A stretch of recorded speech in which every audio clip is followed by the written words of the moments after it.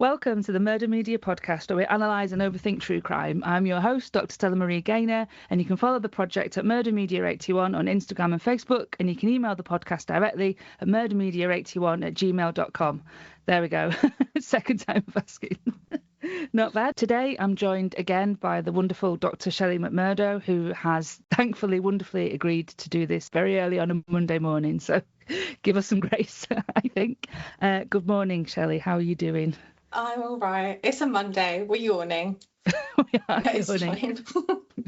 Try and edit them out, but I don't know. It's authentic, right? I feel like now I've said yawning, I'm going to yawn and I'm fighting it.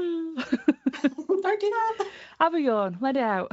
Let it all out. So we are recording. The date is, I don't want to do the dates, try and keep them sort of evergreen, but the date is Monday the 17th of August. So we are staring down the barrel of semester start again. Where are you with that? Are you all right? Usually, so I took a leaf out of your books for the last couple of years where I've tried to get everything done really, really early. So then all I have to focus on is actually like delivering material rather than creating it and whatever. And this year, I just didn't. It's just somewhere out of nowhere. I just didn't. I don't wish to, thank you. There's quite a lot happening at my workplace at the minute, like people getting moved around and some awful stuff as well. I've just left it. And now, like I said, we're staring down the barrel of semester A. And it's like, oh. So it will get done. It will get done. I mean, it has to, doesn't it? I don't have a choice. Whether I'm sitting there at 3 a.m. doing it is a different matter, but I tried to do my usual method, like say, get everything done ideally before August, and then just spend until near enough the end of August, just being like everything's ready and I can have a bit of time off and do some writing or whatever. My work they've merged some systems together, which ultimately will make things quicker and easier. I do see the point of it, but in doing the system merger, it's slowed down all Canvas being ready. All my teaching materials on there, but I can't do any assignment stuff yet. So because there's no students enrolled on the modules yet. Yeah, so usually I would have been done like 2 weeks ago. I mean, and you know what I'm like I can't handle things not being done, so I'm just like, ugh. Yeah, it makes me feel really uncomfortable, like I've not done stuff yet. Yeah.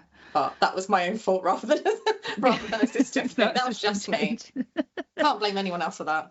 No, I'm sorry if folks can hear my husband's just leaving in the van, so people might be able to hear the van outside.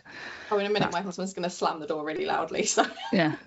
It's the ambient sound of where we live. That's what podcasts are supposed to. The ambient sound of husbands not being great at being quiet. Well, to be fair, I've got the windows open and he is only just driving to work, which is not allowed. I'm still blaming him. There it goes. Bye. Bye. All right, continuing with some of the topics that I've already covered this series, whatever you want to call it, who cares? I've brought Shellie on today to talk about a subject that we both love very, very much, which I've already covered.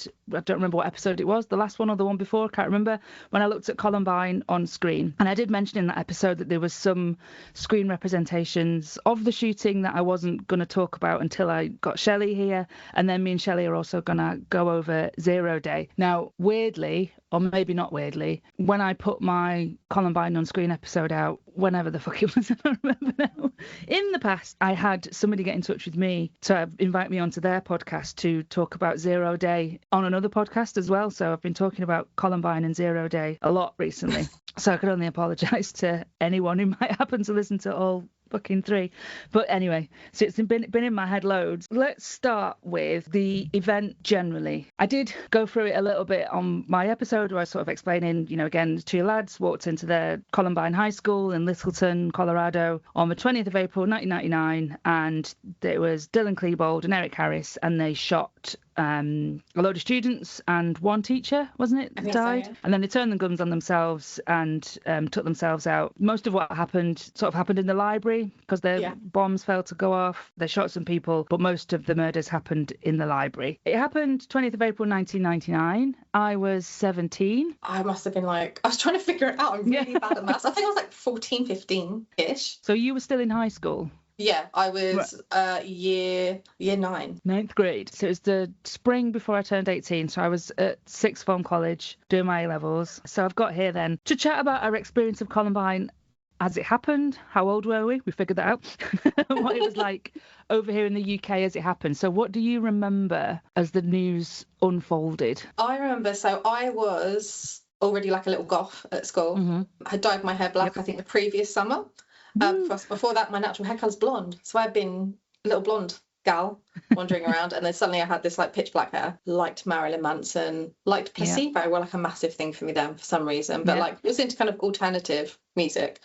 And I remember it was before I went to school in the morning. It was on TV. I don't think it was Sky TV. I think it was just like BBC. I don't think we had Sky TV then. Oh no, actually we must have. Anyway, it was on TV, and it was kind of like, oh, okay, this has happened.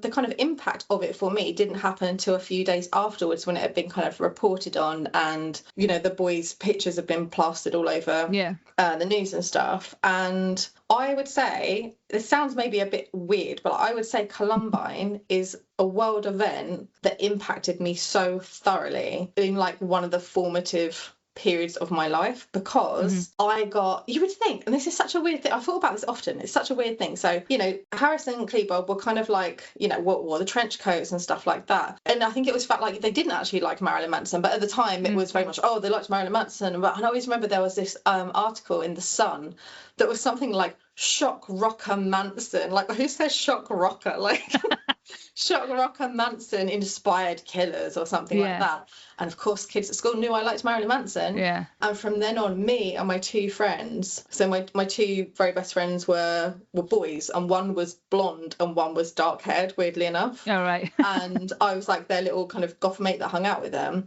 We got like so horrendously bullied from that point on, which never made sense to me, because it was like, if you think I'm capable of doing this, you want to stay on my good side.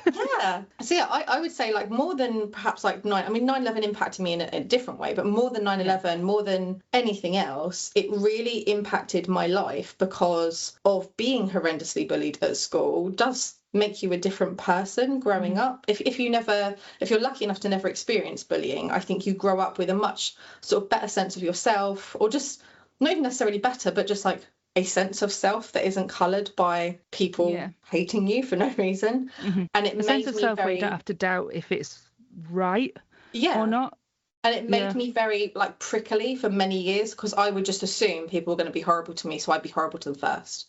The actual thing, I remember like a couple of days later, that's when I kind of like bullying and stuff started. But I remember it was the first thing, like world event, I can remember being on the TV just constantly. Switch on TV, 1 o'clock in the afternoon, it's on. 9 o'clock at night, it's on. 6 o'clock in the morning, it's on. And I just remember it being like, and in the end, they were just repeating the footage. Just like, there's nothing new to say. It's happened. You can't really unpack it. Dead. Nothing more is going to happen. So not like something like Waco, where it's a developing story. There's more like, this happened. And there's going to be no trial because they're gone. It's interesting what you said about, I say interesting, it's reminded me of my own bullshit high school days. You know, high school's tough for most people, I think. And I went to it was a Catholic high school. And that brings with it a whole different set of horseshit. Essentially, I was the only, see, I found this out years later, so I'm going to phrase it this way. I was the only openly sort of out goth metalhead in my school. It was a very Catholic school, and I'm going in with, you know, that Cradle of Filth jumper that said Jesus is a cunt on the back.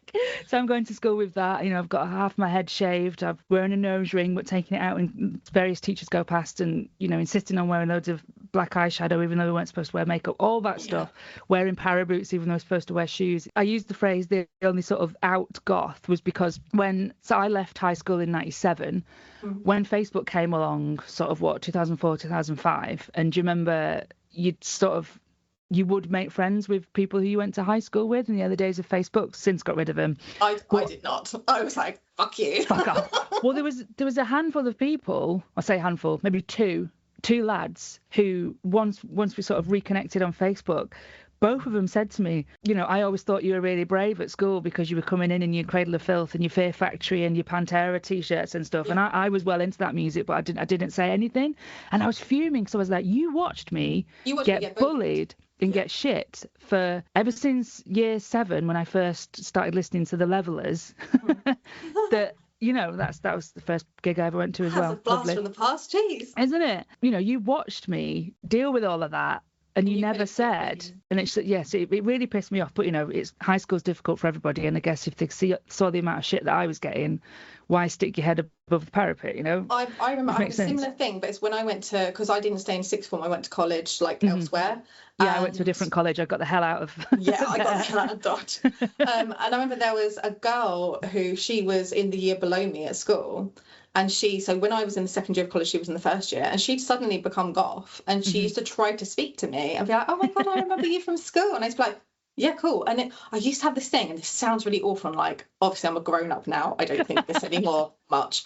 But it was like, I'm sorry, I feel like I'm almost not gatekeepery, but like I suffered for this and came out the other end. I suffered for my goth art. You're just putting on a fucking costume, mate. Like, fuck off. Yeah. That sounds really mean, and it's like, I definitely don't think it anymore. But for a long time, I was really angry because, like you, I was like, you saw me getting bullied, and so much shit. What the hell? Yeah, I used to get so my school. This is turning into it's turned into a therapy session. Therapy session for high school, but I'm sure lots of people can will relate. Certainly my teenager who's just in the next room there. And that was difficult as well, watching your kid go through the same shit, just fucking 25 years later. My school was in two separate, not campuses, that's too big a word, but there was upper and lower school, and there was like maybe a 7-minute walk between them. So like sometimes you'd have a class in one and then your next class would be the other. So we had to have 10-minute breaks between each class because frequently you'd have to move. Have to cross. Yeah.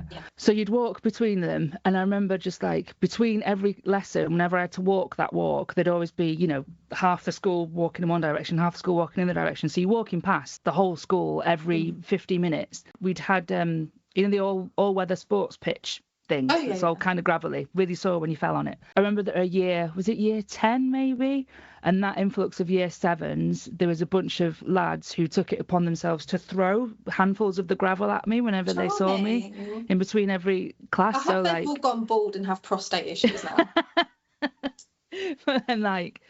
And people just chucking shit at me. People would throw their drinks at the back of my army coat and stuff. So it was just shit for years. And I had a core group of friends who were sound, who were solid, who would kind of defend me a bit. And they were all kind of, my little group of mates were all indie kids. They were all into the Blur and Oasis wars, which was fun, and a couple of Take That fans. So we were a nice little group, and they did their best. But they were also teenagers at high school and also didn't want to get bullied, didn't want to get threatened with getting beaten up after school just because you've got a Metallica hoodie on.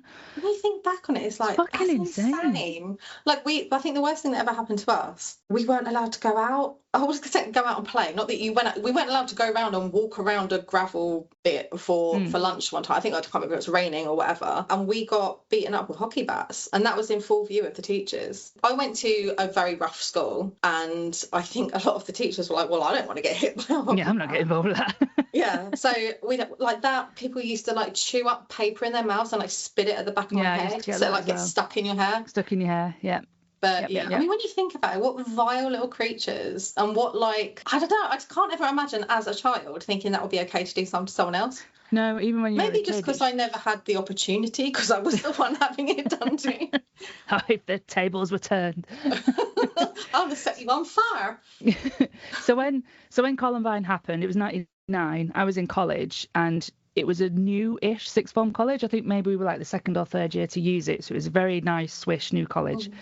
Still there, and I do have fond memories of college. When I'd got to college, there were other metally goth kids because they came from schools all over the areas. It was a big new shiny college. When Columbine happened, I didn't so much get the backlash of you're a gothy metal kid, so therefore you're deserving of bullying and threats and stuff, because the bullying because of that had stopped at college, because like I said, there was other kids there was new kids there. All the little shits that had been schneid to me in my year had not got the grades to go to this college, so they'd gone somewhere else. The same thing with me. Like when I went to college, bullying stopped for me then. It was very much like a high school thing. Yeah, it's different, different vibe, different people, different world. It was more, we all felt this. I remember us talking about it, like just talking about it non-stop for days and days and days in like the student common room. We get to go feel really cool and sort of lounge about and so grown up. Talk about smoking and things. It felt there was a definite shift, I think, in I'd say in the UK and obviously in the States, but certainly in the UK and in Europe as well, a shift from school. So in school was not necessarily a safe place because we've just described loads of bullying, but school being a place where you don't need to worry about that sort of stuff. And it shifted the outside world. Yeah, and it shifted the perception of that space, of what it is. And then like the constant blanket coverage, which was, like you said, for the most part, repeated stuff that wasn't even true. Yeah. So, you know, they were goths, they were bullied.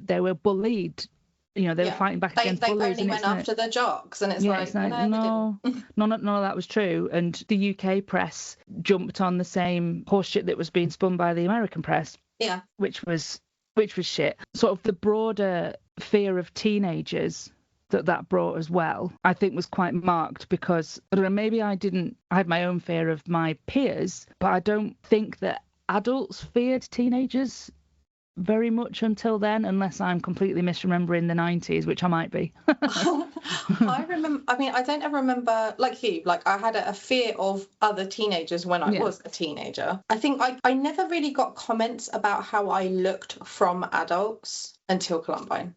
It's like, I think adults up until that point, I mean, they'd lived through the 80s, they'd seen goths before. I know it's a different kind of gothy looking, but, you know, they'd seen goths before. And they've been through the new romantics and all sorts, and punk, you know. And people dressing much weirder than I ever dressed. Like much more flamboyant in the 80s, black. That's it. I remember I got more comments from adults about how I looked, and not like adults that I knew, just walking through town centres and stuff, and almost like the same level of like childish nastiness as I was getting from people the same age as me. And I think maybe for adults it did come from like a fear of like, look around at the world of us now and it's, you know, I like Nigel Farage. Like there's a lot of adults who believe anything they see on TV. Yeah. And I think maybe that was it, you know, that person looks like that, so obviously they're dangerous. I'm frightened of them, so I'm going to bully them. The Marilyn Manson stuff is interesting. Now, obviously, Manson is an arsehole. we don't need shit. We don't need to go into that, but we all know that's the case. But at the time, we just liked him because he was. I think like a lot of us liked him because he was edgy. Yeah, I mean, he's different. I liked the theatre of it all. Yeah. The costumes and the makeup and the music videos. Creepy kind of like, you know, on like the stilts and stuff. And like, well, it's the horror link, isn't it? Yeah. Antichrist Superstar, that album, my God, that was a life-changing album. Yeah. And I used to listen to it. I don't know if you remember it. There used to be an advert for MTV with a boy and he was walking through a high school. And this was just after Columbine. Like, I think maybe they didn't think that closely about this advert. But he was walking from like one end of the hallway with all like the lockers into the other. And at the beginning, he puts his headphones on and he's listening to Placebo, Nancy Boy. Yeah. And so you just have like the music blaring. He's walking past people who are like, you know, pushing him and shoving him into lockers and whatever. And it was an advert for MTV, so it was like, you know, music gets you through things. Yeah. And Antichrist Superstar, the first song on that, Irresponsible Hate Anthem, used to be my song that I would put on my headphones and walk, because I knew people were going to say stuff. I knew someone was going to shove me. I knew someone was going to throw something at me, grab my bag. Having that, and that song is just like, it's just a wall of noise, really, isn't it? Such a good song. God, I don't listen to it anymore, obviously, because I'm not a separate art from the artist person at all. It's kind of like, okay, I have to sort of wave goodbye to Marilyn Manson. I don't listen to Pantera anymore, which is a shame because I fucking love those albums. But yeah, oh God, I've not thought about that song for ages. But that was my song. And I think, I don't know about you, because I think our experiences were kind of like similar but different because of me being just that, me still being in high school and you being... I was at college. But me and my friends, like, we leaned into it. So we were like, fuck it, if you're going to bully me, then I'm going to go more extreme. Yeah, we did. Yeah. I mean, we were going to Jilly's Rock World, under 18, of course. Sorry, Mum. It's cemented our community together even closer because, you know, so Rock World, if nobody else knows, it was the rock club in Manchester. I remember hearing about it in Corral. Jilly's Rock World was the one. People would come to Rockworld from all over Manchester and we'd all meet outside the Salisbury pub every Friday and people would start gathering there from about 6 o'clock and it wouldn't open until 9 and it was Jilly's all-nighter, so it was 9 p.m. till 7 a.m. I remember going places and like hanging out outside for hours before something would even couldn't go open. in the pub because I was 16. Yeah. So you'd wait there and then that was where I met people from all over Manchester. Otherwise, I'd just know people from my own little, backwards... And you build a community. Town, yeah, and it cemented us together because all of us from our little distinct little areas around Manchester, we all got shit at school. We all got shit, from our older brother or whatever. You all had this kind of like shared experience. Yeah, and we all came together there. And when that happened, and when there was heightened abuse being thrown at you in the street because you were a bit gothy or a bit rocky or whatever, now I understand it as it bringing us closer together because we only had each other. Solidified you and kind of I don't know what the word is, but like I was gonna say girded, and I think that's the wrong word, but like made you more like, no, fuck you. Yeah, absolutely. Heightened the fuck you response. And, it makes you throw barriers up because if you don't grow a hard shell, then you basically you might be like, oh, well, maybe I shouldn't dress like this anymore. Then maybe I shouldn't listen to this stuff, which is exactly what bullies are trying to do, aren't they? Yeah, to make you conform. Yeah. So we remember it well. But that's what you do when you're a teenager. Like you can either crumble and give up everything that you love, or you can fight for it. Or you fight for it and sort of like say you lean into it and go with it a little bit more, a lot more. I think that's why the character of Eddie Munson, I know a lot of people like our age, Eddie Munson from Stranger Things, I think that's why he resonated with so many of us because he leaned into it. And the bit where stand on the table and he's like that's what we all did. Because we were like, fuck you, I'm not going to change and become like you. Yeah. I'm just going to lean into it harder. If you say I'm the devil, then sure, I'm the devil. Yeah. It's the only way to get through it. And, we turned out fine. We're absolutely well-adjusted people. Perfectly well-adjusted people. So that's kind of our experience of it. And I think it's useful to discuss some of those contexts of even the bullying and the impact that it had in the UK and just the general bullying shitty context of being a teenager in anywhere. Really, like it's shit for everyone. And the fact that it's shit for everyone is really important because exactly that, it's shit for everyone. You don't need to shoot up a school. Like if stuff's bad and his stuff is tricky and it's terrible and you're feeling this kind of way, then for fuck's sake, talk to someone. Like it's all right. And it's that's the kernel of, is hope the right word, that I got from Sue Claiborne's book. So I know I've talked about it before, and I've definitely talked about it on the other podcast that I did about Columbine, which when that comes out, I'll link it. And so Sue Claiborne's book, A Mother's Reckoning, she's Dylan Claiborne's mother. And so she writes the book. It's a little bit of a memoir, isn't it? And it's a little bit of her unpacking it all for herself. And then a good chunk of the book towards the end is about her continuing fight for mental health services and mental health awareness. When I read it the first time, I blasted through it really quickly. I couldn't put it down. I really enjoyed it, if enjoy is the right word. I felt it was harrowing. I thought it was quite a brave thing for her to do. Brave book, because she's super honest, and I can see how some people had a bit of a problem with it, how she doesn't clearly take responsibility, and I don't think she needs to take responsibility. She didn't go and shoot up her school. I think her son did. Whatever position she took, people would say it was the wrong one. If she goes on about how much she loved Dylan, then she's humanizing a murderer. If she says, oh no, like actually he was terrible, then she's falsifying her experience of being his mother. It's like there's no kind of like comfortable ethical position. It was always going to be super tricky, and she's honest about the fact that she's like, I didn't see whatever these signs might have been. I didn't know. And I think that's where her honesty lies, because I don't think she should take responsibility because, like I said, she didn't do it. But I think she does take responsibility for going, I missed this. In the book, she does detail the events of what happened, and she's like, I can't not talk about the events of the day. And for me, the most harrowing bits of the book were as the day unfolded from her and her husband's perspective and her other son's perspective, and how they had to essentially go into hiding because they were going to get, well, their own version of bullying and bullshit. Or shot. So I really, really enjoyed the book. Again, if enjoy is the right word, and I found it really useful, and I found it really brave to read. What did you think of Sue Claiborne's book? She also does loads of TED Talks as well, doesn't she? Like, she's still fighting. I've seen one of her TED Talks. Just every time I see her do one, I think I don't think I could ever be that brave if I was in her position. And I think, I think it's very brave of her as a mum, because when you're a mum, you never want to admit that you're wrong, but admitting that you missed it is a huge thing to admit.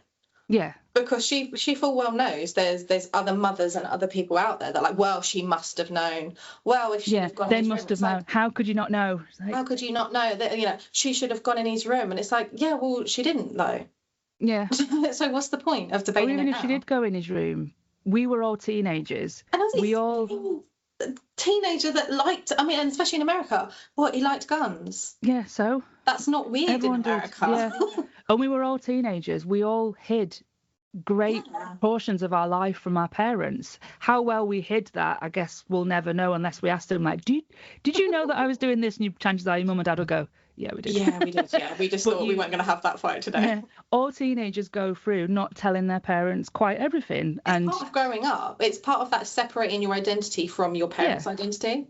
Yeah, and maybe she should have seen some other stuff, but it's also as well, we've learned so much about mental health. But it's like, what are you supposed to be looking for?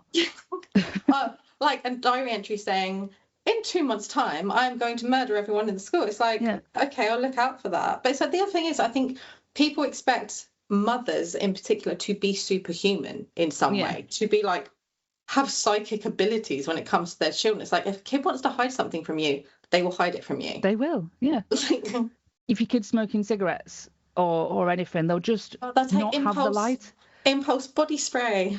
Yeah, or they'll just not keep the lighter and cigarettes in their room. They'll put them somewhere else. Like, we all fucking did it. Yeah, a kid doesn't want you to find out about something, you won't find out about it. And they won't find out about like you said, you might, but not the full extent of something. No, not at all. Absolutely not at all. Sue Claybourne's book, then, I think is a again, positive. It's not the right word, but you know what I mean. It's an incredibly useful book. Yeah. It's useful in terms of understanding the family. It's useful in terms of understanding the discussions that we need to have around teenage mental health. And, even if she'd gone into Dylan's room and looked at his diary entries were all like, oh, love is a ghost. He was pining after a girl. She doesn't even know I exist. That's all she would have seen. She wouldn't have seen boy bullshit. Wouldn't have seen plans. They were somewhere else. They were on the tapes. That's Sue Claybourne's book then. What about... I've written Cullen. It's Dave Cullen, isn't it? I think so, yeah. I'm fairly sure it's Dave Cullen. Yeah, let's just go with Cullen in case I'm misnaming someone. So Cullen's book, which is just called Columbine, that too. There were bits of that book that I liked because I felt its detail on the events of the day and what was going on around outside it, what the police were doing. That element of it, that research element of it, is great. It's brilliant. Because it was so much you were like, I didn't know that. Oh, I didn't know that. It's the first time you were finding that information. Like teenagers being that, like what young lad who was sort of helped out of the window and he had a bullet in his back or something. It's just oh fucking hell. Yeah, so those elements of Cullen's book I thought were really good. However, a big however coming. Go on, you talk about Cullen's book. What's your big however? My big however. See if it's the same. I think it's researched. I can't really, it was all stuff that we didn't know, like exhaustively researched. Yeah. I think a thing that I like about that book is that it refuses to kind of flatten it out. Mm-hmm. It's like, no, that's actually really complex. There's a lot of things going on here. The thing that I really didn't like about it is I felt like at times, as much as it wasn't trying to flatten out the event, it tried to flatten out Cleveland and Harris. And it was like, oh, well, he's like psychopathic and he's depressed. Yeah. And it's kind of like almost like when you do like a personality quiz, and it's like the Myers-Briggs, and it's like, well, you're this, which means these things, and you're this, which means these things. And you can't reduce humans down to like personality types. Mm-hmm. And I think he overreaches at points, and he says things that you're like, yeah, I think like you've come from this place of kind of like very evidence-based research, and then you're making these kind of psychological jumps at points where it's like, oh, well, Dylan just did what Eric wanted him to do, or like, Eric was the dominant personality. It's like, yeah, well, he might have been, but I don't think you can flatten these people's personalities and these people's drives and these people's motivations. I don't think you can just flatten them down like that. Yeah. And the other thing I don't like is I found there was parts of it where there's a lot about Columbine that is contested, right? Mm-hmm. And some of those things he treats as, I can't think of an example off the top of my head. It's been a very long time since I've read that book. Since I've both read it, yeah. I found sometimes it was like, yeah, well, that happened. You're like, oh, look, did it? Because other people are saying that it didn't. And he almost treats it as like, yeah, but it did. Well, it doesn't mention that, like, this is actually quite contested, but it's my belief, or it's my, you know, kind of hypothesis that this did happen. Or it makes logical sense that this happened or it didn't. Yeah, it's very... It feels like it's a book of two halves, I guess. Like, so like the first half where it lays out what happened from various viewpoints. So inside the school and outside the school. That bit's great. Really well researched. But then, and also I wonder, it was Cullen's job to do this, because he's trying to write the definitive book on the Columbine event. So it does need more context, certainly with the boys, on, well, Dylan was depressed and Eric was a psychopath. And it's like you said, yes, that's true. And that's not all they were. What else is going on here? Cullen's book and Sue's book sort of are a nice... They're a good trio coupling. With Pete, Professor Langman. I can't remember if his first name's Pete, but certainly Professor Langman's book, Why Kids Kill, which looks at a number of school shootings, one of which is done by a girl, and sort of does unpack the psychology of that person. And sort of, if you take all of those three together, then I think there's a decent look across all of it, from the family to sort of like a news reporting of the event, and then the psychology of the event. And I think Cullen tries to do the psychology of it without really doing the psychology of it. Like I said, it just flattens it a little bit. And is it clear, again, I can't remember, I didn't have time to read Cullen's book again, because it's a big book, isn't it? It's a bloody big book. Solid book. Has he seen the tapes? Oh God, I don't remember. Because Langman has. Oh. So he talks about the tapes, and he does talk about things like on the tapes when Dylan is doing loads of like aggressive shouting and screaming at the camera, that you can see when he's done, he'll sort of look to Eric to say, was he's that doing right? it right. Sort of like, yeah. So Langman's well aware of what sort of unpacks that a little bit, to give the credence to, well, Dylan was depressed, and it doesn't take away any of his fault, but it does explain why he did what he did, in the same as Eric and his psychopathy. That's interesting when you read Sue Klebold's book, and it's like, she's very clear, you know, he was mentally unwell, but doesn't use that to absolve him. Which I think is a really good bit of her book. She's like, look, these are the issues he was having. That doesn't excuse what he did. Yeah. Because imagine if she'd have done that, I mean, she'd have been vilified. Well, exactly. And, you know, you can't make your mental health other people's problem. Yeah, it's like your mental health is your mental health. And also, it's your health. Like, being a depressed person doesn't mean you're going to go do this. Like, no. Yeah. Being someone who has, you know, antisocial personality disorder doesn't mean you're going to go do this. It's just an element of your personhood. Yeah. Well, they're the main books, aren't they? I think. Yeah. And there's more have come out that I've not read. Well, I think that's highly unlikely that you wouldn't have heard of them. No. Well, if there are more books that I'm just not seeing, then I'd love to know. That brings us then to, so we've got the real event, we've got the books. This brings us to possibly the more interesting bit, which is Columbine on screen. So first I want to talk about Zero Day, and then we'll get to American Horror Story.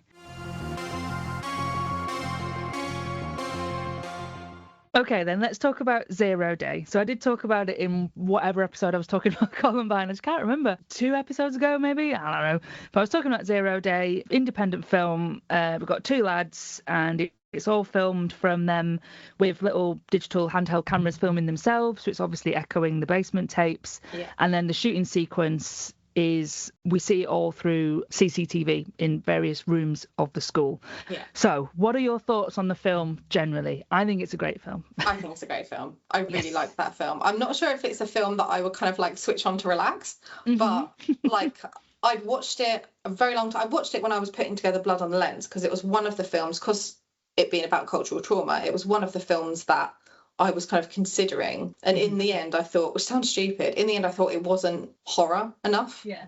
It wasn't comfortably sitting in the horror genre enough for me to kind of say, oh yeah, I'm going to do this, because that just seemed, with the other films I look at, that just seemed like a weird kind of outlier. So I do mention it, always like very interested. Watched it a couple of times way back then, and then hadn't watched it again until we were sort of saying that we might do this. I think it's a great film. I think it's really well acted. I think it's really, I love brilliant. The found footage aspect of it. Yeah. I remember it come out, people were like, oh, it's a bit, because it was like 2006? 2004. Oh shit, even earlier. So that's that's quick after. Or even earlier, or is it 2003? I don't know, it's 2003 or 4. 2003 is in my head for some reason, which is like... Elephant came out in 2003. Oh, maybe that's why I've got in my head. Yeah. But I'm sure they're really close. But there was a flurry of films around that time about it, which, it makes sense. That's what cinema does. But I remember that one. For some reason, I remember Zero Day being critiqued more than the others. And I might be making that up, or it might just be my perception of it. But I seem to remember, because it's very low budget and it's very, Elephant is Gus Van Sant. And he's, this well-known, I guess not super well-known, but he's like, this auteur who's taking this on. And then Zero Day was kind of like, oh, this is kind of a low budget version of it. I actually prefer Zero Day. Yeah, I do. I think Zero Day is a better film. I think the two boys that act in it are fucking spectacular. They're really good. Yeah. And, it's quite hard, I think, for me to like, I don't know, this is possibly a bit mean and a big sweeping statement, but I generally find young, almost child actors annoying. So when you get some that are just not good, you're like, no, it's that, oh, right. And they come across as, I don't know if you got this feeling, because of our age and when we grew up and the kind of people that we are, they felt very much like, oh, I could have hung out with these two. Yeah, really I could be friends relatable. with these two. I don't know if you found this. It felt like a time machine. Watching it now felt like a time machine of like, oh my God, we used to dress like that. We used to wear like those massive trousers that used to soak up the puddles. Oh, all the damn rain in, the big baggy jeans in Manchester and Sheffield. I was living in Sheffield as well when they were soaked up to the knee. Up to the knee, be carrying around like 8 pounds extra. That's like your weights for doing a workout. I'm going to go for a walk and also lift some weights. I mean, obviously, where the film's going. I think it's very clear. Ended. Yeah, kind of like them. Yeah, because you know them. Yeah, and I think watching it, because of the age we were kind of Dylan and Eric's age. I think I was a couple of years younger than them. You were exactly their age, right? The same age, yeah. And I think it's so weird watching it back then when I'm kind of, because of when it came out, I was kind of like slightly older than them. Watching it now as like a proper grown up is like, I don't know, it's a different vibe. I don't get that so much. I do get like this kind of like feeling of connection with them, but also, the ravages and passage of time. I'm now looking at it as, oh God, these are the same age as people that I teach. Yeah. And that's a weird swap thing to do in your head. Yeah. It's a weird perspective change. Definitely. I don't know if you have this. Sometimes when I have a student, I'm like, oh, that they're struggling, like something's going on. Maybe because of Columbine. And you said, but people slipping through the cracks and not noticing things. You feel almost like more of a responsibility. Absolutely. To notice. Yeah. To be the person that does us, isn't it? Oh yeah. That, our pastoral care needs to be exceptional, and it's like, well, it will be exceptional to the best of my ability as an adult. Paying me to be, but I don't. Paying me to teach. That's part of my job. Yeah. Yeah. And also, I wouldn't know what to do. I'd have to just signpost them somewhere else, and whether they actually ever get to that place, I don't know. Yeah, it's a whole other story, isn't it? Like, yeah, you can check in with students, and you can give them the information as to how to find the resources, but it's up to them to go and get. I'm always terrified as someone that doesn't have training in that I'm going to say the wrong thing. Yeah, it scares the shit out of me as well. Yeah, it terrifies me. They'd be like, and then my lecturer said this. Well, yeah, she said, set me off. And you're like, oh my God.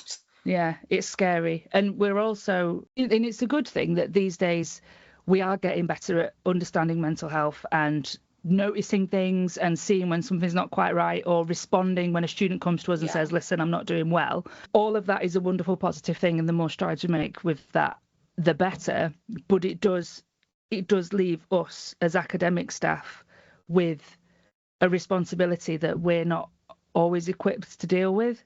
And shouldn't have to be. The resources should be easier. So I would imagine most universities and most colleges have counsellors on site and student support and all that kind of thing, and those teams do the very, very best that they can. But if a student is really struggling and they need immediate help, if they've got to wait for the help, that's what gives me worry as well. It's you're struggling now, who knows how you're going to feel in 2 weeks' time. There's so many other places now, not when Columbine happened so much, but I was thinking kind of, if someone is struggling now, there's places they can go on the internet where they will find communities that seem very supportive. And, I think we all know what I'm trying to say. Yeah. And that wasn't maybe such the case, like I don't remember using the internet at secondary school at all. God, I feel like the internet boom came after that. Like, especially social media at the very least. Like, we had Yahoo groups. That was about it. Like, we didn't. And you can kind of see in sixth form, we didn't have emails until I didn't have email until I went to uni. Yeah, till uni. Oh, but I good old days. It's like, you know, you can kind of see if young people are having to wait for this support, why they're trying to find support in other places. Yeah, and then there are groups and people and stuff online that will target those vulnerable young minds, which of course we all know how that works. Anyway, 0 Day. So we've got great film. It's two boys. They go through it. It's all film. Blah, blah, blah. What I didn't get to when I was talking about it, because I wanted to save it to talk about it with you, is the use of found footage generally. So the boys are recording themselves. They're making tapes for posterity, I guess. Yeah, they're hiding them, aren't they? They're hiding them in like a vault in a bank. Yeah, like I don't know. Yeah, like a vault thing. And I remember the first time they go there and it's just the one. And then when they go back there and it's like they're stacking the tapes on top of each other. Tapes in. So I'd like to ask you then, as the found footage expert, what does this, doing it through the lens of, or sort of the apparatus of found footage, what does that do for the story? What does that do for our experience of the film? And then maybe also even looking back on Columbine more generally, and the reinterpretation of the event on screen, like why use found footage and what does that do to this story? I think with the tapes, like the connection to the basement tapes is, you know, we knew these tapes existed. Yeah. And that was, for me, that was an enormous point of curiosity. Like, I want to know what's on the tapes. I'd still watch them now. Yeah, I want to know what's on the tapes. I want to know exactly what was said. I want to know everything about them. And so I think them in 0 Day, like using that as the kind of the thing that frames everything was really, really smart.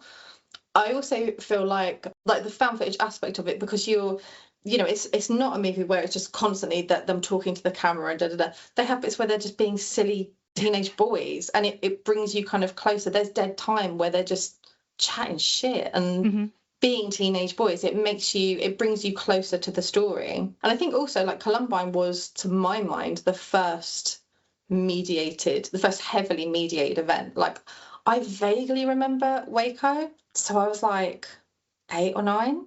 So I remember like the images of Waco on the TV, but I remember it was just on the news. It wasn't, we didn't have that 24-hour news, at least in England, like we didn't have that 24-hour news cycle yet. So I think it's a really smart choice to do found footage, because, you know, a lot of how we experienced Columbine was through other people's cameras. And through, you know, I remember not so much like massively shaky, but I remember some bystander footage from it. Yeah. I think the bit that I think is most effective in using a found footage framing is the switch to CCTV at the end. I think that it literally makes you lean into the screen. It's so good. And I was really first time and this time when I watched it, I was like, this isn't the actual. This isn't the actual. Yeah. It gives you that moment where you're like, is this real? Yeah. Yeah. And I love maybe love's the wrong word, but the 911 operator. Yeah, the dispatch, because she's trying to get him to talk, like, Andre. Yeah. The whole time, and she's narrating a little bit what happens. Just then, like, all the goosebumps in my arm went, whoa. I'd be interested in seeing, I guess it will never be like remade, but like, I think it's the perfect format to tell that story through, because the idea of the tapes being so central to the story, the fact that it was this very mediated story, like, I think the choice to do it found footage is perfect. Yeah. No, it's wonderful. Yeah, no, it's 10 out of 10. Would recommend. For me, the slip to, like, the shift to CCTV, like you said, it makes you lean in. It feels very, very real. It's like, am I looking at the actual... And it kind of sobers you up really quick. It really does. Oh. And I quite liked how, so you mentioned the 911 dispatch, and she's kind of, so she can only hear it because there's a phone that's on, isn't there? Andre's picked up the phone. She's narrating what she can hear. So she's hearing shots, she's hearing yelling, and she's saying that, you know, shots fired, or they're on their own now. That's what they just said. They're talking to this person, they're talking to someone, yeah. So she's narrating it, and I think that's quite a nice bridge between, or sort of illustrating that we've she's interpreting it as she's hearing it, and the events of the library and the events of everything else have had to be interpreted to try and get some idea of what actually went on. Yeah. And it's like it's showing that in real time, the interpretation of process, what's happening and what are they doing, and can we she's only getting, she can't see visuals. Yeah, she's only getting one bit of information. I think there's times where she's saying something, but you're watching the visuals and you're like, that's not what's happening. That's not what's happening, which is exactly what went on in the real world. Yeah. There was visuals of kids coming out of the school. There was visuals of kids being lowered out by his legs out of the pulled out of windows. And I remember the ones like people running away from the school. And all of it being interpreted in lots of different ways in the minutes and hours after it happened. So I quite like that sort of nod to the difficulty in understanding what was going on. Because the only people that really know what was going on are the people that were in there. And like, as Cullen talks about as well, you can't necessarily, I'm not saying that anybody in the library is not truthful in what they remember, but when you're how much would you remember in so that situation? Traumatizing is happening, that your brain fills in loads of stuff, you remember things, and no disrespect to them, but like, when I've dropped food on the floor and I don't want my dog to eat it and he's run towards it and I've grabbed it, I'm like, I don't remember the exact the exact movements of what happened. And that's so like lame compared to, of course your brain's gonna block an awful lot of it out. So much of it out. I'm sure it's in Cullen's book, where it's or maybe it's in Langdon's, but I've grown up with like testimonies from kids in the school, and one lad saying something like, all he remembers is the ponytail of the girl in front of him as they were leaving the school. It's like he just fixated on that, and he couldn't remember the route he took out of the school. He couldn't remember who the girl was. He couldn't remember seeing anything else in his peripheral. He just remembers her ponytail, and all around him there was shit going on. There was teachers helping him out, and he was like, I couldn't tell you who they were. I couldn't tell you what door we left.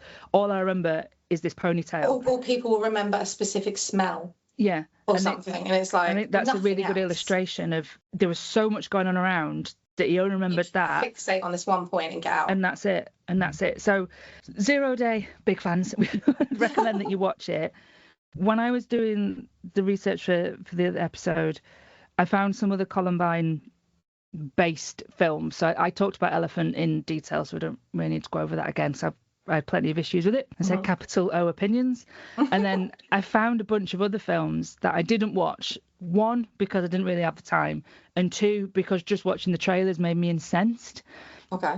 So it was one, I can't remember the names now of these films, but quite a lot of them made in Canada. And one was, the trailer was just the two boys planning the shooting, and the Dylan character just getting repeatedly bullied by this one jock guy, like football playing student. And then when it was showing, bits of the shooting in the trailer, the Dylan character was like essentially chasing this guy down as in retaliation for being bullied. Like he's wrathed. And it's just like, ugh. So it just made me incensed, because it was all of those false claims, theories, conspiracies. All of that kind of like, not iconography, but like those almost like tropes that have been invented around. Yeah. I'm sure it's a phrase that you've used in your book, this becomes this cultural script. Yeah. For something that's... This is what school shooters look like. This is what it is. And it's like, well, yeah, but also no. Yeah. Also no. And I was just thinking when you said that, how many like things that are definitely Columbine, but they don't say that they're Columbine as well. Like there was an episode, I think it was called Cold Case.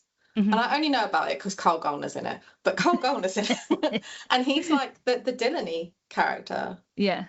And there's so many things that are like, yeah, that's definitely Columbine. Definitely We're just not going to call it Columbine, okay. Yeah, we're going to say it's something else.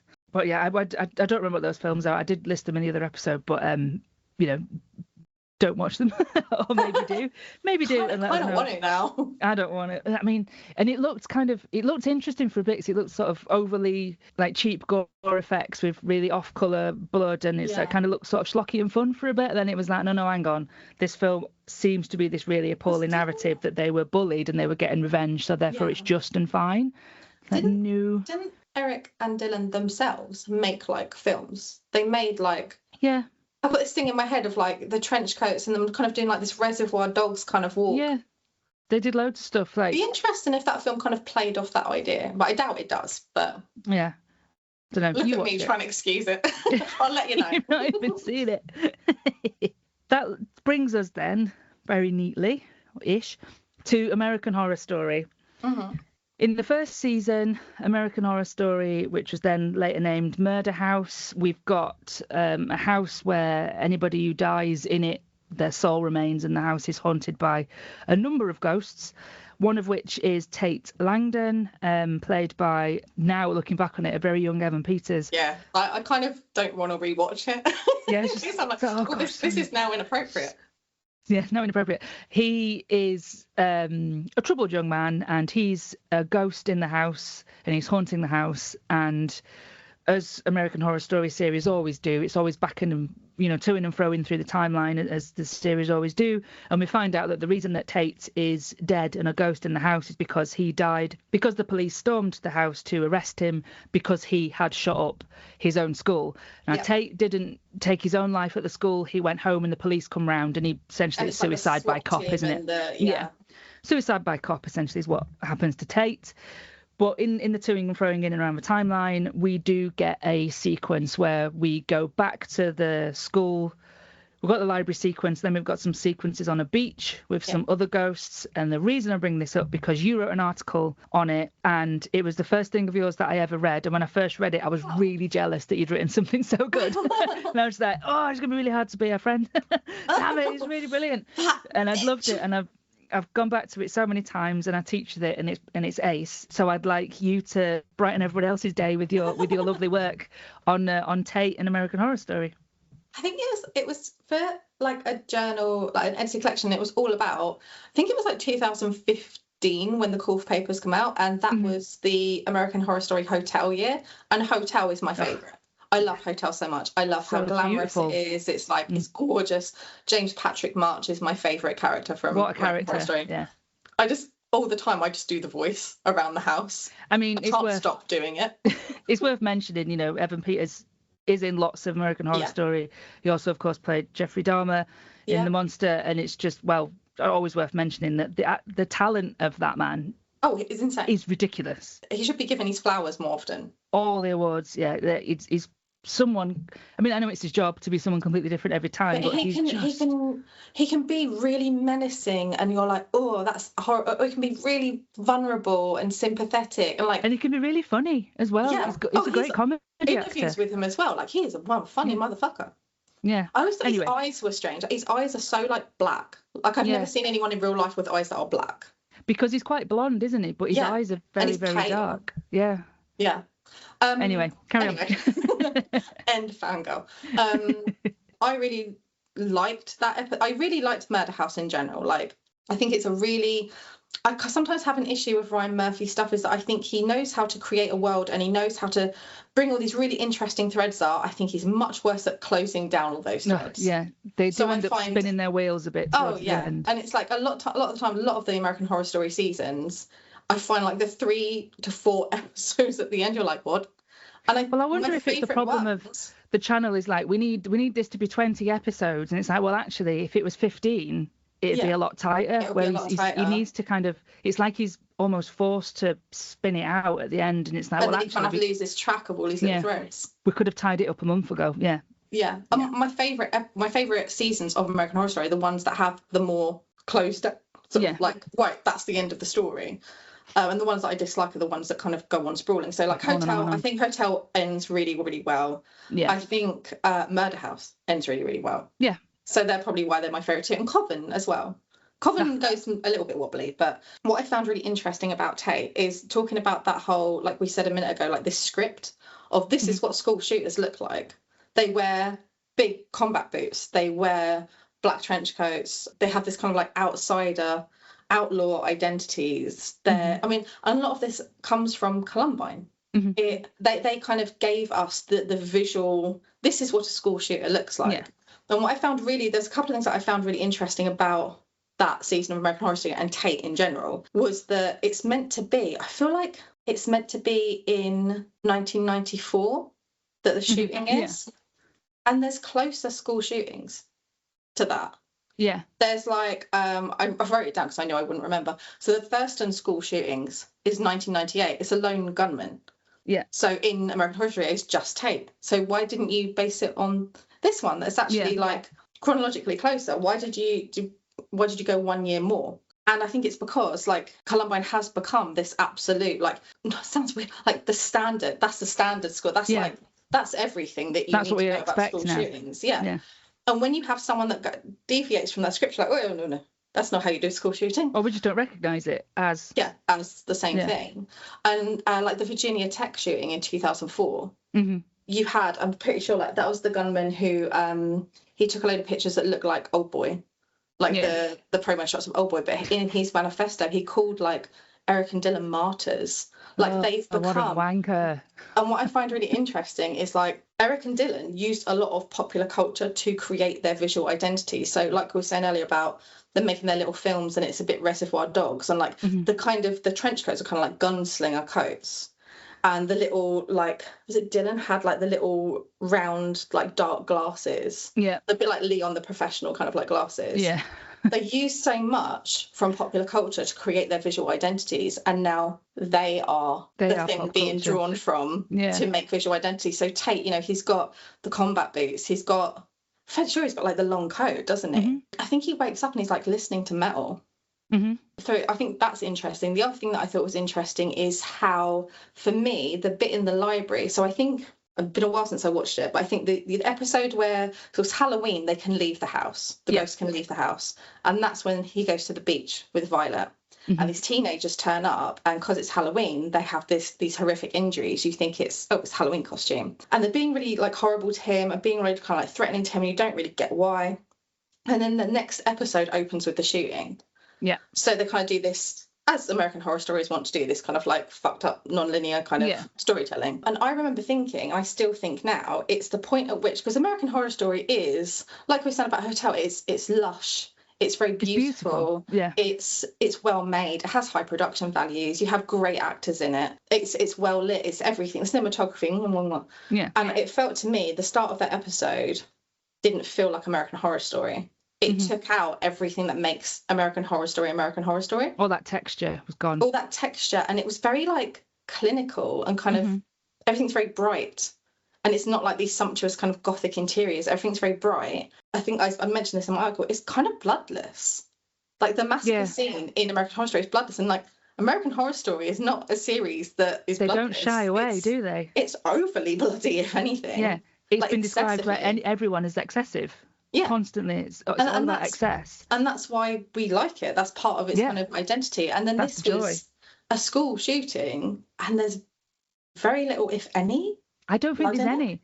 Because I read your article and I was like, oh, I'd not clocked it, and I go back and watch it again. It's like, oh, there's not a drop. It's not graphic. It's not gratuitous. I think the only thing that shows that's, you know, a bit is the girl in the cheerleader get up. When she's cowering under the table and screaming for her life, she wets herself. She pees, yeah. And we see the urine, like, on the floor. Yeah. And, like, but by the time he gets to her, I mean, I've rewatched most of American Horror Story so many times. It's my one of my comfort shows. Yeah. I just stick that in the background, and, you know, I can scroll on my phone or just chill out, whatever. So by the time he gets to her and she wets herself, he's already shot the gothy looking girl. The gothy looking guy, shot her in the face at the stacks. Oh, yeah, there's Wow as well. Yeah, she was in the shelves. There was the guy at the door. There's a guy at the door. There's a young man who tries to get the phone, I think. He just kind of looks like a, you know, generic high school lad. Like, he's not jockey, he's not gothy. There's the boy with, like, the long hair. Yeah, slightly longer hair. And then there's the jock and his girl under the desk. She's terrified. The jock stands up to be like, you know, hey, stop it. And he of course gets shot, and then she wets herself and she's screaming. And that's when he looks down at her. Yeah. Like, you've got that iconic, like, very cinematic, iconic down the barrel. But yeah, exactly. And you pointed out all this. There's no music. There's no blood. It just doesn't feel like American. It's like, and I think that's what makes it really transgressive.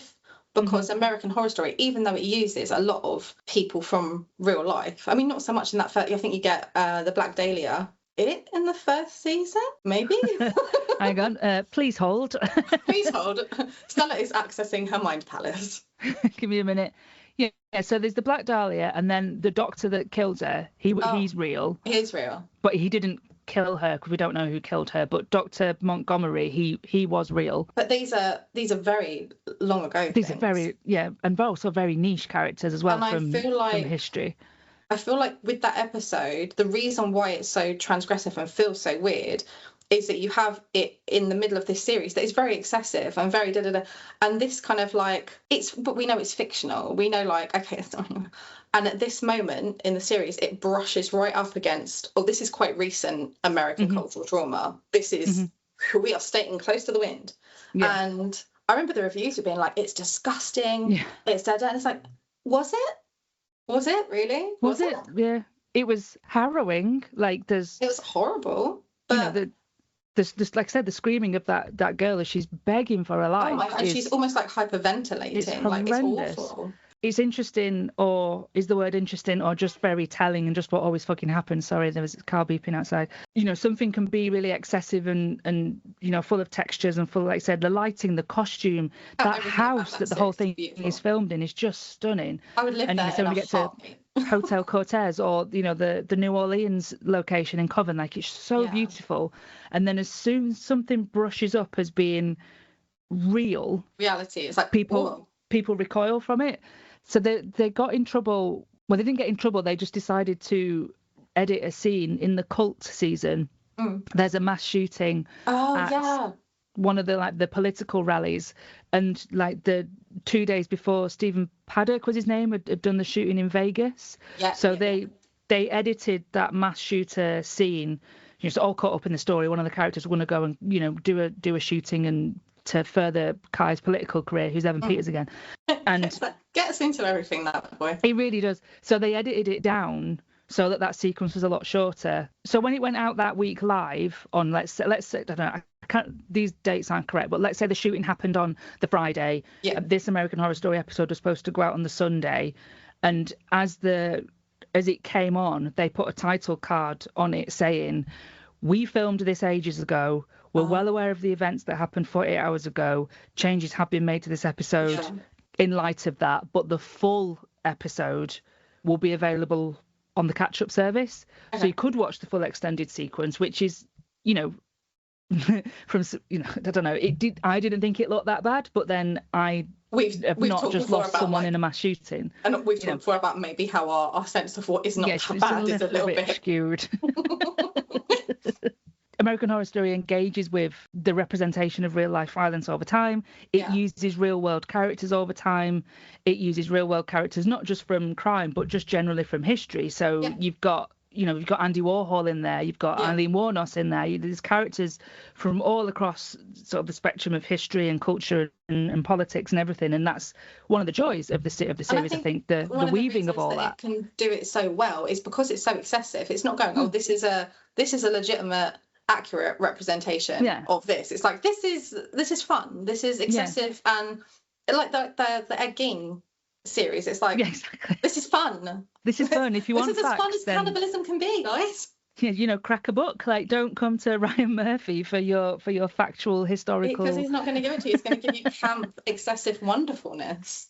So that's why, though, because we can talk about the Ed Gein thing in sort of direct opposition to the sequences of Ed Gein doing his killing and his crafts in the series. His lovely arts and crafts, building his Etsy shop, was excessive and kind of gothic, and all of that visual, beauty, sumptuousness that we expect from a Ryan Murphy vehicle.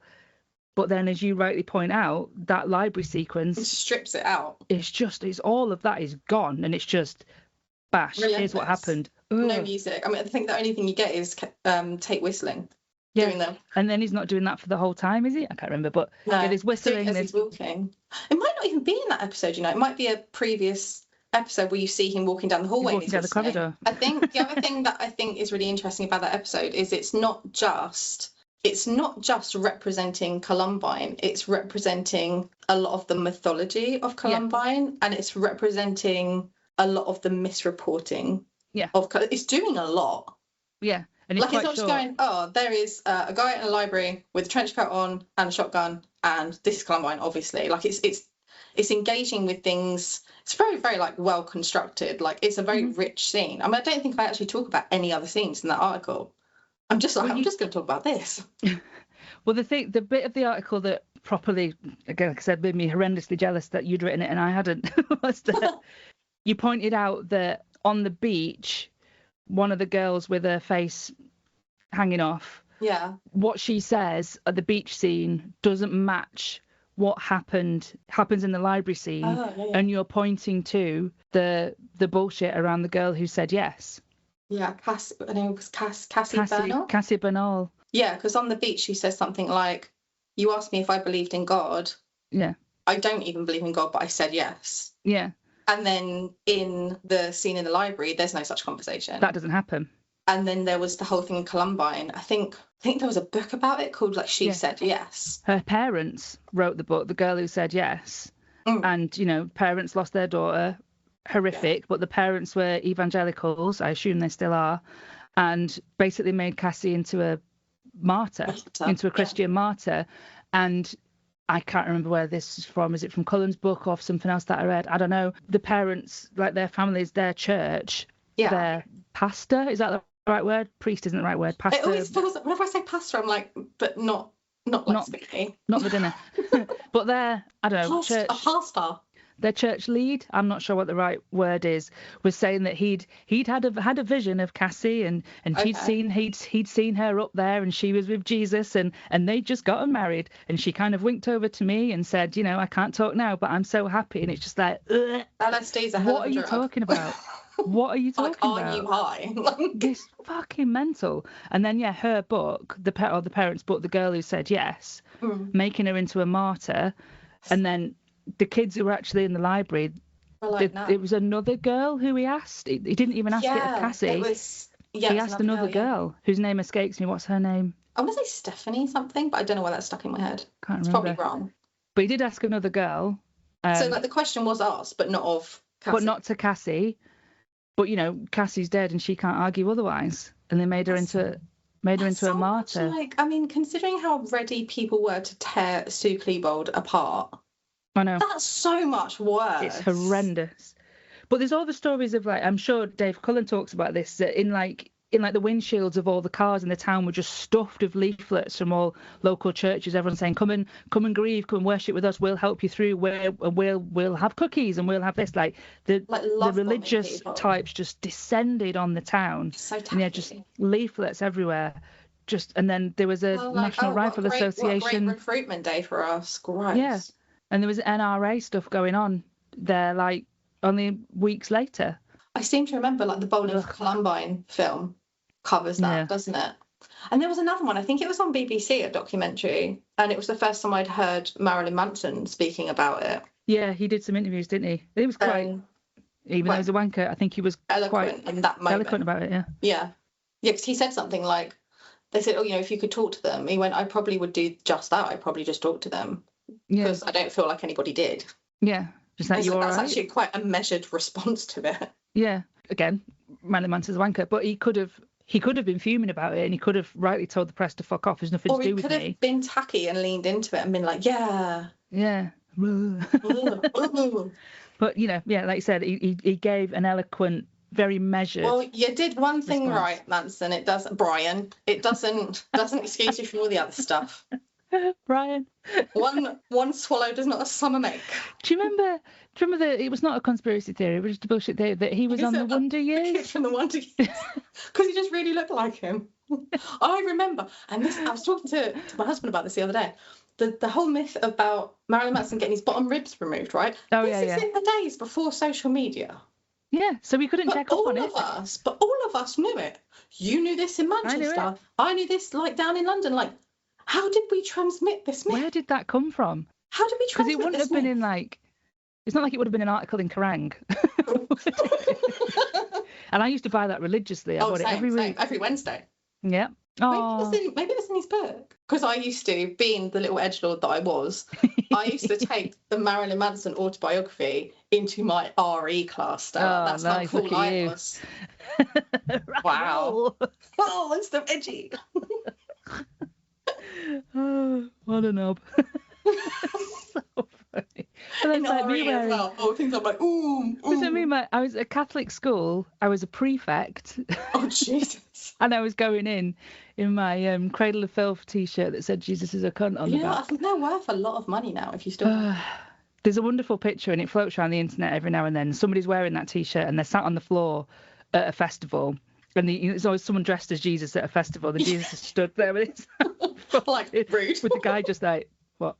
I saw the other day someone was like queuing up at a bar and he's got Jesus as a cunt and someone else has like Jesus as a cat. That really made me laugh. Just like, well, either's fine. Potato. Right then, let's quickly, because I don't really want to leave it alone because it's really, really interesting. And, you know, you're the person to ask about this. So still thinking about this found footage, or sort of going back to the found footage stuff that we've had and what it does for realism to an extent. And as you've talked about extensively, processing trauma or, you know, showing trauma back to us. I wanted to touch on Cloverfield. Now, I realise it's got nothing to do with Columbine or American Horror Story. If you're not seeing Cloverfield, it's a found footage film set in New York. It's a bunch of very privileged young people having a party in an apartment loft. How they can afford that. One of them's moving to Japan or something. Yeah, one of them's leaving. So they're all very good looking and very rich. And there's in sort a beautiful of an explosion. apartment in Manhattan. Yeah, how they afford it. Nobody really gets into. This is the Friends paradox. Yeah, exactly. It's like none of them seem to go. Oh, they're the fucking coffee shop. Anyway, there's a rumbling explosion noise, and they go outside, and New York is under attack. The key bit of the film that sort of cemented it for me is that obviously this is kind of about 9/11, and there's lots of things that we can draw. There's an alien attacking New York. Yep, tick. We understand that. Yep. You know, it's too big, can't be stopped. Came out of nowhere. But they're all running out up to the roof. And one of them is just heard in the background, like they're running up to the roof to see, and a girl says, "Is this another attack?" So it's interesting that places the film in the 9/11 world. 9/11 has happened in this world. I think that film came out in like what 2007, 8 or 9. I think. Yeah. I think, so I want to say 9 maybe, but it's not far away. Within a decade. So you know it is quite soon again. So it's 9/11 exists in this world. She says, is it another attack? But we don't need to expand on what that previous one was, because we know. Well, the film is all done through found footage. New York is a place of huge trauma. So I wanted you to kind of just jump in with 9/11 on screen, Cloverfield, or how it uses found footage, why it uses found footage, and what you think of it. I mean, I love Cloverfield. It's another one that I really wanted to talk about more in my book. But for me, it was too much on the sci-fi side. Yeah, it's sci-fi, isn't it, really? It's got horror sequences. Yeah, for sure. Like the bit of Marlena in the thing. In the tunnel. Jeez. A lot of it is just fucking horrible. But, like, I think because when I wrote the book, when I started doing the PhD that the book's based on, found footage was such a huge thing. You had to kind of put these parameters up. So I was like, right. Yeah. They have to be horror. They have to also be a certain kind of found footage. They can't have kind of like, oh, it's found footage elements in a traditionally filmed film. Mm-hmm. It has to be like just found footage from beginning to end. And yeah, Cloverfield got left out because for me it was a little bit too much on the sci-fi side. But I love Cloverfield so much. So good. And I love how, like you said, when they go up to the roof and they go, oh, is this another attack? It's like you don't have to have a character go, oh, you mean 9/11? It's like we all know. Yeah. We all know what attack you mean. And there's so many bits in it. Like my favourite bit in Cloverfield is the dust cloud, which is it's exactly the same as the really famous Nordette footage of running into a shop and just seeing this cloud. And it was like not a cloud, like this hefty presence, a wall of debris and dirt just go past. I think it uses a lot of, I think Matt Reeves, the director, said, you know, I watched 9/11 by sound of footage to get the feel, like, this is what I want it to feel like. I love the bit when they go into like an electrical store. Mm-hmm. And I think there's people like looting it, but they go in there and they're just watching the screens. Mm-hmm. And that bit always sticks in my mind because that's how we watched 9/11. Yeah, we were just all fixated on a screen. They get hypnotized for a second, don't they? Like they drop out of we're supposed to kind of like running. You were saying about the guy focusing on the girl's ponytail. It's I can't do anything else. I just need to watch this. Yeah. I mean, I think it's a great movie. The reason I bring it up is, one, it's a great movie, and two, it's found footage, but also to circle back to where we started with this, which was our experience of Columbine as it happened, how old you were, and the impact that we felt here. 9/11, you know, as we were saying before, it's, you know, the perspective change that the kids we now teach are the same age as the Columbine kids. The kids we now teach were not alive when 9/11 happened, which gets right on my tits. I remember the first year that was the case, and I was like, oh. The impact of seeing it and the constant blanket coverage for days, weeks. Endless. So when a film like Cloverfield comes round, you're watching it again, and as you've discussed, when it's using trauma and showing it back to you, it has these films or these media texts, because, you know, American Horror Story is not a film, it's a TV show. These media texts just have such a bigger gut punch with them, I think. Like a profound, impact. And I teach a module at my work where it's about cultural trauma, and one of the weeks that I do is 9/11. And I don't show them Cloverfield. I show them, what's it called? United 93. Yeah. Which like the kind of docudrama on the plane. Yeah. But I show them clips of Cloverfield. I show them clips of lots of different things. War of the Worlds. War of the Worlds? War of the World. War of the Worlds, plural. War of the Worlds, yeah, the Tom Cruise one. Why was I trying to say it weird? War of the World? No. I show them like lots and lots of Battlefield LA, stuff like that.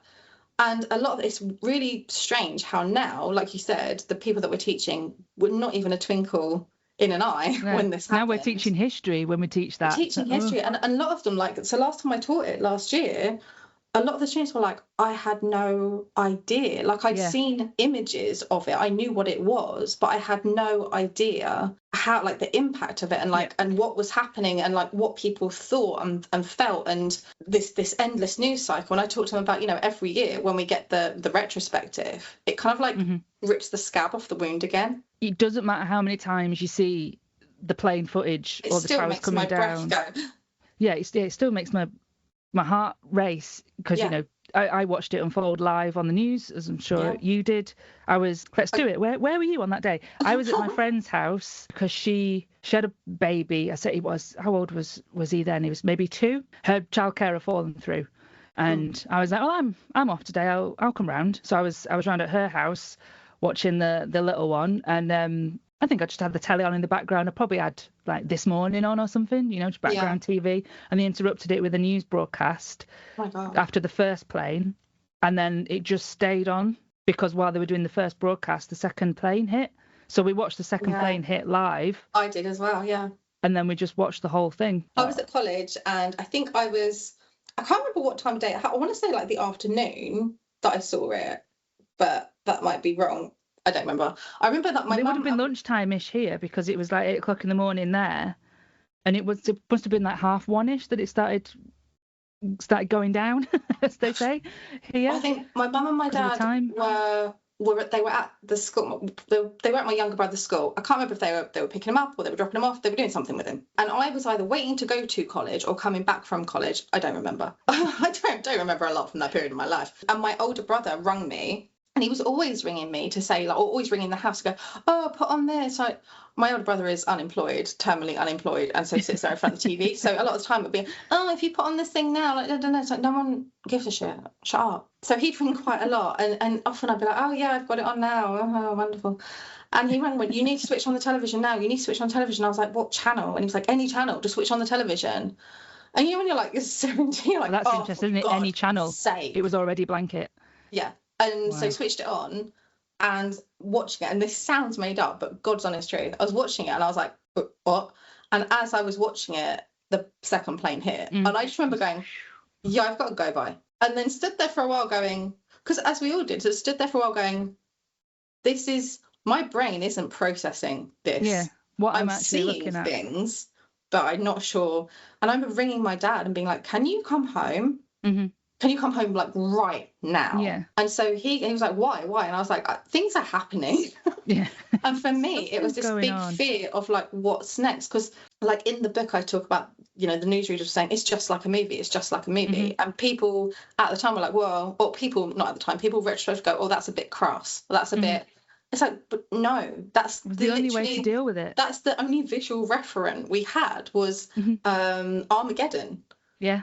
What else? Independence Day. Like, that's what it looked like. And to me, when I saw that happen, my biggest fear was like, in the movie, when this happens, somewhere else gets hit next, and somewhere else gets hit next, and then aliens come, and then awful. So, and I just had this massive fear. I just wanted my family to be near me in case I died next. Like, it was such a weird. I mean, I'm like a little bit younger than you, a little bit less mature at that time than you were. So my head was probably 17-ish. Not closer to being a child, but you had a couple of years of maturity on me, so you were looking at it as like more of an 20. Adult. So, and I was looking at more like a kid that's just out of secondary school, and I was just so frightened.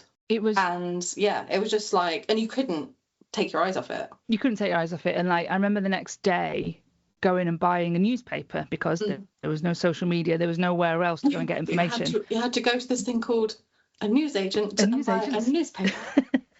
And it was solid. You had it in your hands. It had pages. You turned Physical. them. You had to throw it away and everything. So I bought a newspaper. I think I probably went and bought the Guardian, I imagine. And I remember like the pictures on all the front pages. You go in like in the wall of newspapers, and just the picture on each pages was like explosions and planes, and just I remember like just scouring the newspaper for information, for explanations, for just more information. And still, 24 hours later, it was, the newspaper's being printed in the middle of the night, as it was, that it was still all quite speculative, and it took a while but just sort of being, I guess, hungry for more information to try and process what you've just looked at. Like the robot in Short Circuit, like input. Because it was, like you said, you couldn't look away while it was on, and then you couldn't look away because you needed more information, and then you couldn't look away because it didn't go away. And almost weeks like you needed and months, and then we all went it, like, and then we went to war. Yeah. And I remember being in college, and we had there was such a divide in the classrooms. Because we lived somewhere that was quite near a lot of army bases. Yeah. And there was quite a lot of kids who were kind of like, army brats. Yeah. And there was such a sharp divide in classrooms. Right. Such a sharp divide from between the students of like, we shouldn't get involved in this, to we should absolutely go over there right now and kill everyone. No, yeah. It was, I suppose it didn't start the political divide, but it was certainly a factor in even polarizing everyone. Trump's first term, he invoked the spectre of 9/11. Like, I think it has, weirdly, a lot of my students now are like, oh yeah, but it was a really long time ago, and you're like, yeah, but the after effects of 9/11, like, we're still feeling them. It's still dealing with it, yeah. Any kind of like anti-Muslim sentiment, it's like a direct line. Yeah. Any anti-Muslim sentiment now, there is a direct line back to 9/11. Well, that's the thing that I, again, have to explain to my students, is that when I was a child and a teenager, the image of the terrorist didn't have brown skin. No, they were Russian. Or Irish. Irish, yeah. Yeah, and, like when I was growing up in London, we would hear IRA bombs go off. And but if you, and all the movies from the 80s, it was always Russians. Yeah, scary Russian sort of icy Russian characters. Yeah, with very blonde hair and very blue eyes. With their very nondescript Eastern European accents. Yeah. All Americans pretending to be Russian. Yeah, and then the image again, that cultural script. Yeah. Got changed, and now it's where we are. And films like the Gerard Butler films that my mum adores and I can't stand. What are they called? Something Has Fallen. Lots of things have fallen. Olympus Has Fallen, is that Lots of things have fallen, and he happens to be near them when they fall. Well, and I think in one of them he says something like, go back to Fuckheadistan. Yeah. And it's like, dude. You are not helping. But yeah, trying to explain to students now, there's so much now that they take for granted is just the way it has always been. It's like, no, I know it sounds like a cliche to say, but 9/11 did change a lot of things. It changed airport security. It changed the way the news is reported. It changed, it changed politics. It changed cultural politics as well. Like, it changed what we accept in terms of privacy as well. We just expect to be kind of watched and monitored, whereas before it was like, fuck off. Yeah, no, I don't want that there. And now you're almost like, no, I'll sell a little bit of my privacy to feel a little bit safer. And this whole, like, David, I think his name's David Althuside. I can't remember what he said. It says something about like this culture of fear that didn't really, it existed in a very abstract way before, because before it was, oh, there are wars being fought over here. Well, that's it. Now we think about the word terrorism every fucking day. Yeah. And as soon as something happens, it's like, there's a bit in War of the Worlds where the aliens invade and start blowing stuff up, and Robbie, the son, goes, is it terrorists? Yeah. It's like the first thing he says, is it terrorists? Yeah. Whereas, you know, like I say, it's word with it. Every time you get on public transport, every time you go into a big venue, it's there in the back of your head. I think we've covered everything. Is there anything else that you'd like to add? I think the only thing I didn't, and it's not related to found footage, I think the only thing I didn't talk about is with Tate, a big part of that article that I wrote is about the true crime community, which is obviously something that's very much now in your wheelhouse of true crime media and stuff. I don't know if it still exists. Because I remember talking to Bethan Jones once, who's brilliant, love Bethan. Yep. They're doing far more kind of recent research on this, because this article that I wrote was 2015, 16, something like that. So 10 years ago. Yeah, so around there. Wow. Yeah, sorry. I didn't need that this morning. I didn't need that nasty reminder. On a Monday. But I was speaking to Beth and I said, I remember this being a huge thing on Tumblr, when Tumblr was like a big social media platform. And I don't know if it still exists, but it's such a I wish I'd have took screenshots. It was such like an odd, not odd necessarily, just a little weird. I would call the Tumblr days odd. Yeah, I mean, I was 100% a Tumblr girl. Like, if you know how we talk about the cultural script of this, what school shooters look like, and what a Tumblr girl looks like grown up. But yeah, I wondered if that was something that you had, looking into what you look into, if you had brushed up against the true crime community, because I know you do the YouTube videos and Bailey, and so I guess that's a different kind of thing, because it's fans of murder related stuff, or people talking about murder related stuff, not fans of murderers. But I wondered if you'd found anything.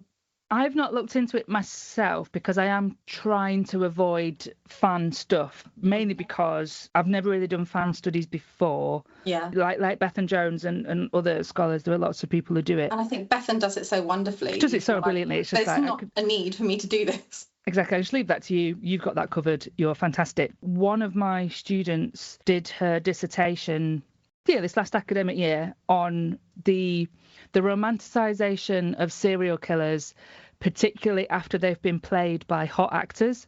So she looked at Evan Peters as Dahmer, and she looked at the two actors whose name escaped me who played the Menendez brothers. And she looked at the TikTok videos that are kind of in this weird middle ground of these guys are so hot, whilst sort of, stitching in videos from those series where they're playing murderers. Evan Peters. Yeah, Evan Peters again. We should do a whole episode on him. But so she's kind of looked at that, how that's essentially because she did talk about Tumblr in the introduction, because she had to really sort of contextualize it. But she was talking about essentially how that's on TikTok now. Isn't that strange? And I also think there's a difference, because Tate, I think Tate's a great character, and I think he's at the centre of many things happening in that. Yeah, he's responsible for lots of stuff, isn't he? Yeah. But he I think the reason why Tate was so popular in the true crime community on Tumblr in those days is he offered a safe space. I hate saying safe space. Yeah. He offered a space where people could, because I think the true crime community was mostly young people, they could explore these feelings of fantasizing about a killer without having the problem of fantasizing about a real killer.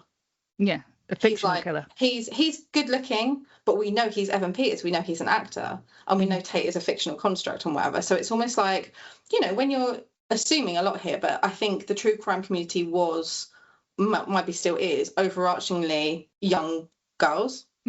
And you're thinking about a lot of things, and you're exploring and you're finding yourself, and you'll find, Tate offers this kind of space where you can think about feelings to do with that and whatever. And I think, he's kind of he's acceptable to make these fan edits of. Yeah. But then I think maybe because of his connection to Tate, and the thing that always, because we have a lot of students in my uni who are like, I'm going to write about how using good-looking actors is glorifying serial killers, and it always pisses me off. It's like, well, Jeffrey Dahmer was a good-looking guy. I'm not going to get a complete uggo to play him, because he was objectively a good. And it's like Ted Bundy was, I knew I'd get him in. Ted Bundy was objectively a good-looking guy. It's like the Menendez brothers were not horrible-looking guys. Like serial killers, they were like don't... LA shiny, weren't they? And it's like and serial rich. killers don't arrive like with, you know, like with a hunchback and like, you know, face covered in sores and like they look like everybody else, and like to not admit that would be untruthful. It would be an issue if, let's say, you had Ed Kemper being played by Evan Peters, because it would make no sense. It would make no sense. Yeah, that would be. Who's he meant to be? That would be turning someone monstrous into someone who is conventionally attractive. In Mindhunter is spot on, spectacular. Yeah. Where did you find him? Yeah. Imagine that being your thing. Like, can play Ed Kemper. I do a mean Ed Kemper. No, was it No Man of God? The guy that plays Bundy in that. Certain ways that he holds his face, it's like, oh, that's freaky. Yeah, he was really good. I forget his name. I mean, that film generally is that's one of the best true crime films. I think it'd be interesting, not for me to do, Bethan, if you're listening, something Bethan, for you to do. On, mate. I'd be interested to see how it's changed, like the true crime community, because I was always really into it, like really into like looking into it, but just life never presented the opportunity to look into it further. But yeah. Okay, cool. Right. This episode might be a long one. That's all right. If you've got the pause button, it's fine. So thank you for your time. I really appreciate it. I'm glad I saved lots of questions and lots of thoughts to talk about with you, because you know what you're on about. That's good. The what's going on with the Murder Beanie podcast, I have no idea. I will try and do another one after this one before term starts, but then that might end up being it, because once teaching starts, as you know, good luck doing anything. It's 3 weeks before term starts. I'll try and get another one. Anyway, why would you say that to me on a Monday? Sorry. Okay, I'm gonna let Shellie go and have a little cry, and I'll be back whenever it is that I'm back. Goodbye.